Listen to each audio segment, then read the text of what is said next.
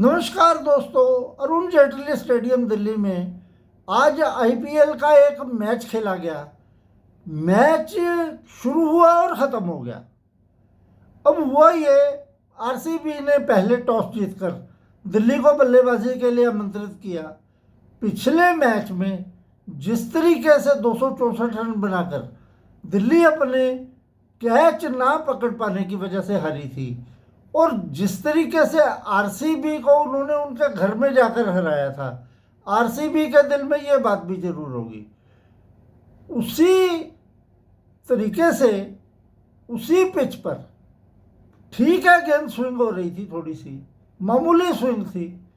इस ऐसी स्विंग भी नहीं थी कि खेला ना जा सके, और चाहे गेंद स्विंग भी हो रही हो, बॉलर में भी क्षमता होनी चाहिए उसका फ़ायदा उठाने की, और उसका पूरा फ़ायदा उठाया भुवनेश्वर कुमार और जोश हेजलवुड ने। उन्होंने जो हालत की आरसीबी की, एक समय पर दिल्ली के 6 विकेट 8 रन के ऊपर गिर चुके थे। पहला पावर प्ले जब समाप्त हुआ तो आईपीएल के इतिहास का न्यूनतम स्कोर था उस वक्त। आज से पहले पावर प्ले के अंदर इतने कम रन, मेरे ख्याल से 12 रन बनाए थे पहले पावर प्ले के बाद। शुरुआत भुवनेश्वर कुमार ने सुनील पारिक को क्लीन बोल्ड करके की, और राहुल 1 रन बनाकर दूसरे एंड पर जो चले गए थे, उन्होंने जब जोश हेजलवुड की गेंद पर एक्सपेंसिव कवर ड्राइव करने की कोशिश की तो गेंद बल्ले के किनारे से लगकर विकेट कीपर के हाथों में समा गई, और यहाँ से कमर टूटनी शुरू हो गई दिल्ली की। नीतीश राणा, रिजवी, स्टब्स, नीतीश राणा 1, रिजवी 0, स्टब्स 5, अक्षर पटेल 0, ये 6 बल्लेबाज 8 रन तक पवेलियन वापस जा चुके थे। अब हमें लगता था कि कई बार ऐसा हो जाता है कि टीमें जल्दी आउट हो जाती हैं तो बाद में कुछ ना कुछ सम्मानजनक स्कोर बन जाता है। अब क्रीज पर थे अभिषेक पौरेल और डेविड मिलर। इन्होंने कुछ कोशिश भी की, थोड़े बहुत रन भी बनाए।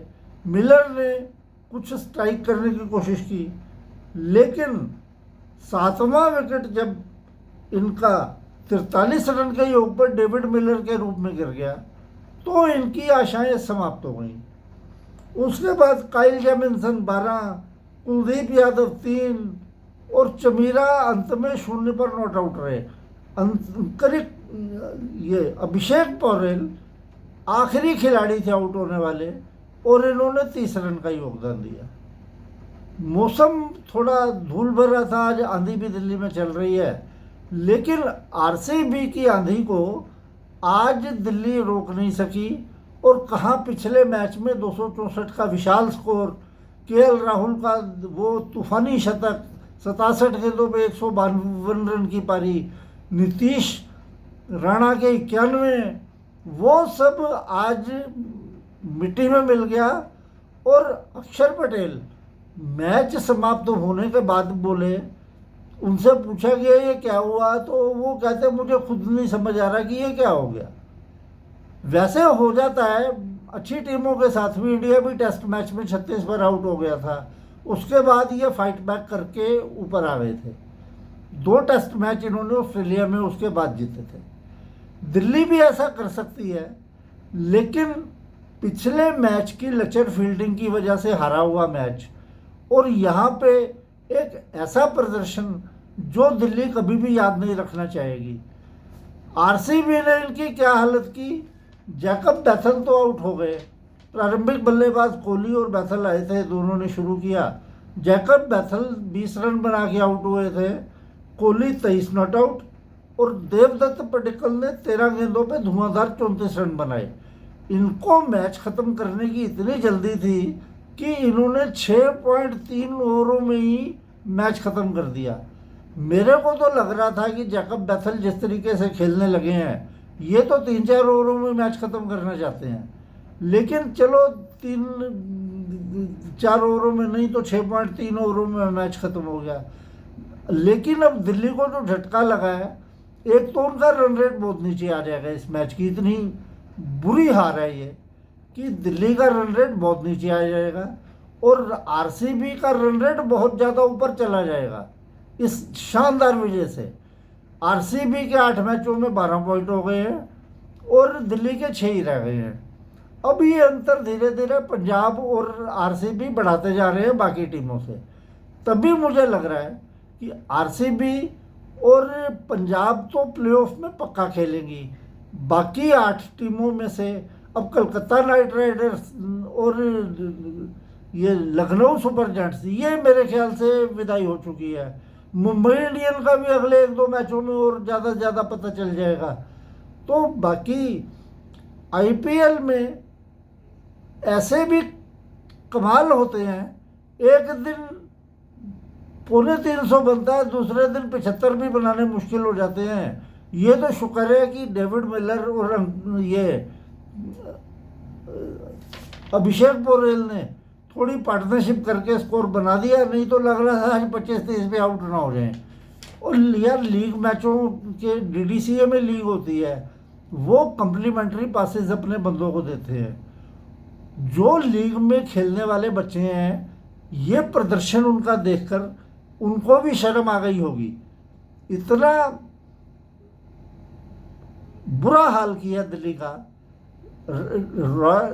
रॉयल चैलेंजर्स बंगलोर ने दिल्ली को तबीयत से रगड़ा। पिछले मैच की हार का ना सिर्फ बदला लिया, बल्कि इनकी ये हालत की कि दिल्ली को ये चोट कई टाइम तक याद रहेगी। और मेरे ख्याल से अब एक दिल्ली की टीम भी ऐसी लग रही है जो इस खतरे में आ गई है कि शायद वो उनका प्लेऑफ में कोई जगह नहीं है। बाकी सनराइजर्स हैदराबाद ज़ोरदार खेल रही है, राजस्थान रॉयल भी चल रही है, 2 टीमों के 10 पॉइंट हैं। एक आज आरसीबी के 12 हो गए हैं।